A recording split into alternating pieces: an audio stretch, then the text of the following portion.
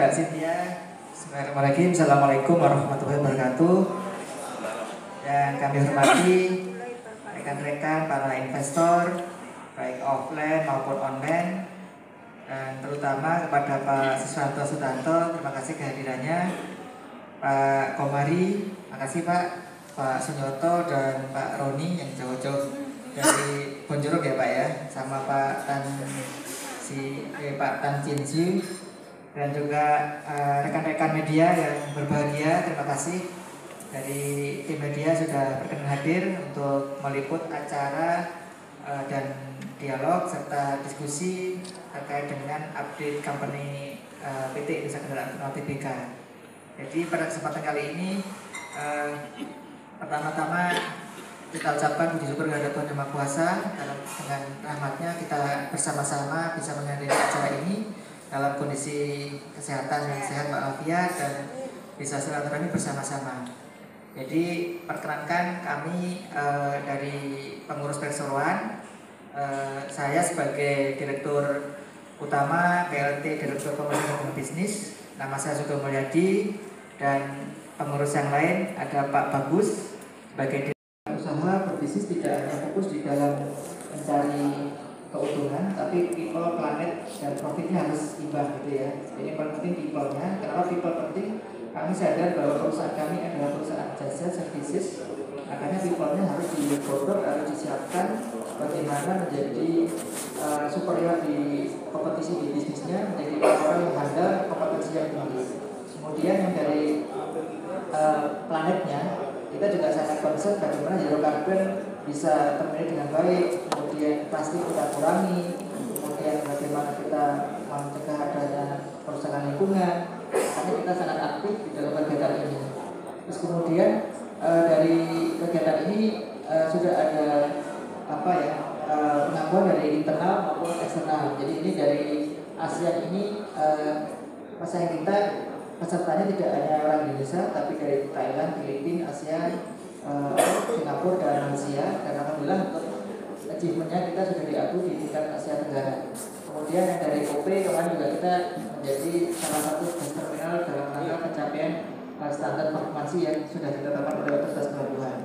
Jadi sejalan dengan itu kita sangat comply dengan ketentuan maupun bagaimana mempertahankan kinerja kita dalam jangka panjang. Next berikutnya.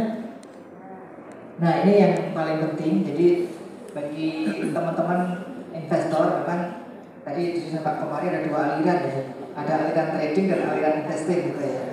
Jadi sebetulnya kalau kita aliran trading, mungkin saham kita saat ini harganya masih kompetitif gitu, masih bisa meningkat kemudian ke depan. Kalau aliran investing, kita juga punya fundamental yang kuat. Mungkin sampaikan sampai dengan saat ini IPC ini tidak punya pinjaman ya. Jadi kita bedakan antara hutang dan pinjaman. Kalau hutang itu kan terkait dengan hutang usaha dan kegiatan-kegiatan terkait dengan operasional. Namun kalau pinjaman itu hubungannya sama bank, obligasi atau instrumen lain. Jadi sampai dengan saat ini kita belum punya pinjaman yang berbunga. Nah, kenapa di dalam aplikasi misalkan ada RTE itu ada equity ratio-nya agak tinggi misalnya 50%, itu karena dia menghitung terkait dengan PSK 73 di mana IKT punya kewajiban dalam bentuk sewa lahan yang itu mungkin 7 atau 8 tahun ke depan karena kita sewanya 15 tahun, tapi itu sebetulnya kewajibannya belum kita nikmati juga gitu. Hanya pencatatan di sisi neraca, ada namanya aset guna, ada namanya liabilities sewa gitu.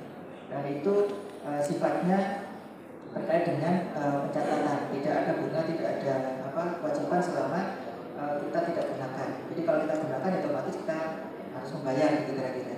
Dan memang kita masih melihat kebutuhan untuk pendanaan jangka panjang ini seperti apa. Kalau dengan EBITDA kami tadi sebetulnya Pak Direktur sekitar 356 miliar, sebetulnya pendanaan kita sangat kuat. Kalau kita mau ekspansi, mau merger akuisisi, mau bisnis baru itu bisa terjadi dari internal dulu gitu. Jadi kami akan fokus ke internal dulu pendanaannya karena internal sendiri sebenarnya masih surplus dari sisi cashnya.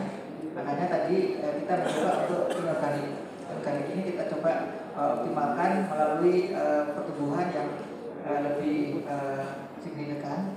Cuman mungkin karena kami sebagai BUMN, kami akan memprioritaskan kinerjanya dulu ya, governance compliance dulu.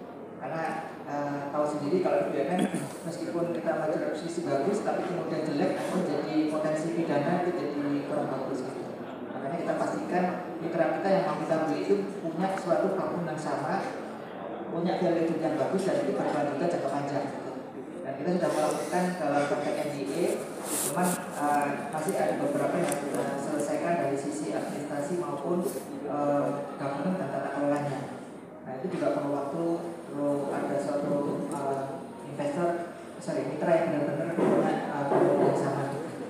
Nah terkait dengan dividen, kami upayakan untuk membagikan dividen secara berkelanjutan. Mudah-mudahan akhir tahun ini kita juga ada dividen interim yang kita akan fokus ke teman-teman ke investor, memberikan value, dan untuk yang dividen finalnya biasanya kita akan melakukan setelah laporan audit dari kantor akuntan pabriknya terselesaikan. Jadi laporan audit kami ini juga bukan laporan audit yang KAP yang ini ya di luar 3 besar. Kami menggunakan KAP IW, mungkin sekarang IW di Indonesia nomor 1 ya, karena PBC juga agak sedikit beda dan di luar juga agak sedikit jadi sekarang kita menjaga kualitas dari sisi audit dan independensinya, sehingga apa yang menjadi